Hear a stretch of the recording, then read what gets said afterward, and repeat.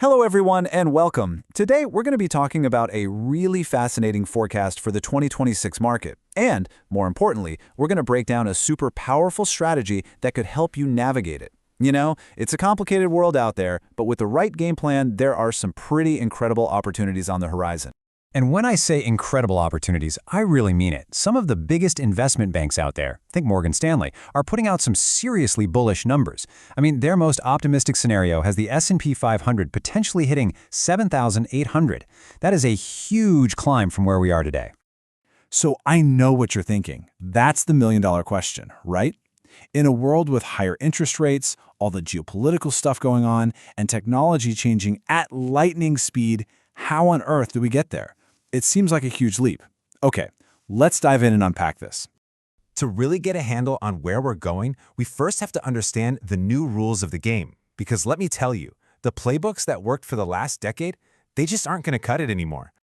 We are officially moving into what a lot of analysts are calling the post-consensus era.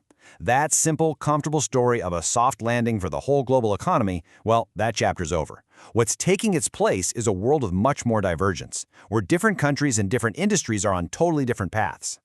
And you can see that divergence crystal clear right here in the numbers. These are forecasts from Goldman Sachs. And while the world economy as a whole looks pretty steady, the real story is in those regional differences. You can see not everyone is growing at the same speed at all.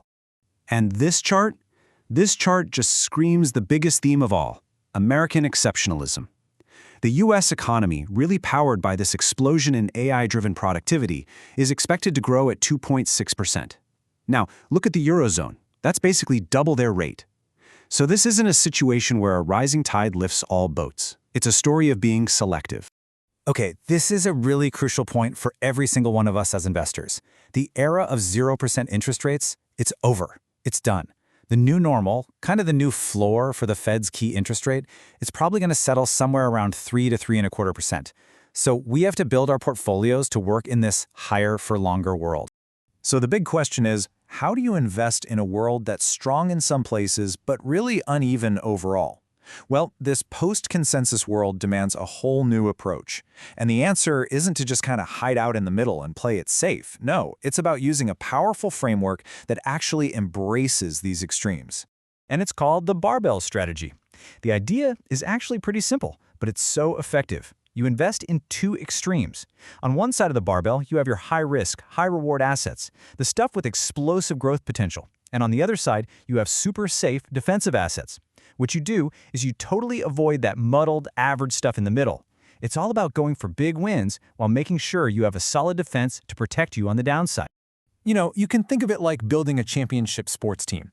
You absolutely need your star players, your offense, right?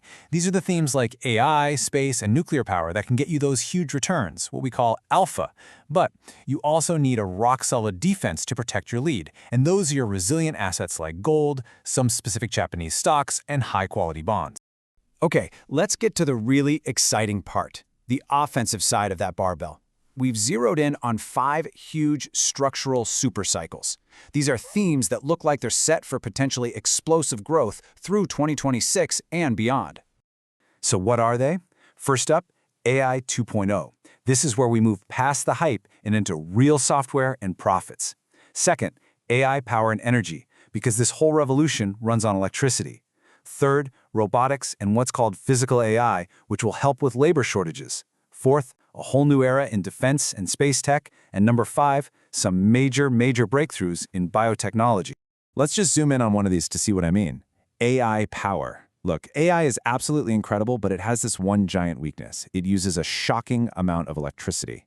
Data centers are causing the biggest jump in US power demand in a generation. And guess what? That creates a massive new opportunity for investors.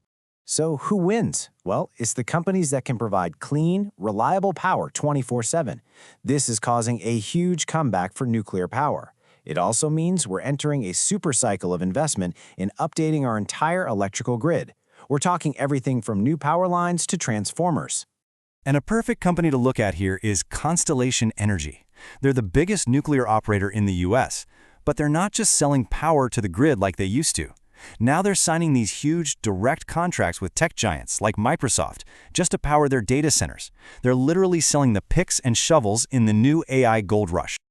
Okay, So all that growth is exciting, but it definitely comes with risk. And to balance that out, we need to look at the other end of our barbell. These are the defensive assets, the ones that give us resilience and protection when the markets inevitably get a little crazy. Right, so the key thing to remember is that each of these defensive pieces has a very specific job. Gold, well, that's your ultimate insurance policy against geopolitical shocks and inflation. Then you have Japanese stocks, which are a really unique story right now. Big corporate reforms are unlocking value, and their domestic economy is picking up. And finally, high-grade bonds. They give you that steady income and a much-needed cushion when stocks take a dive. So theory is great, right? But what does this actually look like in practice? Let's pull all these ideas together and look at a sample portfolio. This one's designed for an investor who's okay with a bit more risk and is focused on the long term. And here you can see that barbell strategy in action. The core of the portfolio, about half of it, is in U.S. stocks. Then see that 20% slice? That's dedicated to those high-growth offensive themes we just talked about. And finally, you have your defensive sleeve over on the other side, 15% in Japanese stocks, 10% in bonds, and 5% in gold to keep everything stable. Now, I really want to add a special note here for any Japanese investors who are living here in the US. That allocation to Japanese stocks, it actually gives you a couple of extra benefits. First, holding some assets in yen is a really smart way to diversify your currency risk, especially if you have family or plan to spend money in Japan down the road. And second, just make sure you're aware of the US tax side of things and maybe look into the foreign tax credit that's part of the US-Japan tax treaty. So, after all of that, what's the big takeaway? I think it's this. 2026 is not going to be a year where you can just buy the whole market and forget about it. It's shaping up to be a year of selection. The investors who come out on top will be the ones who really understand this new environment and act decisively. The only question left is, will you be one of them?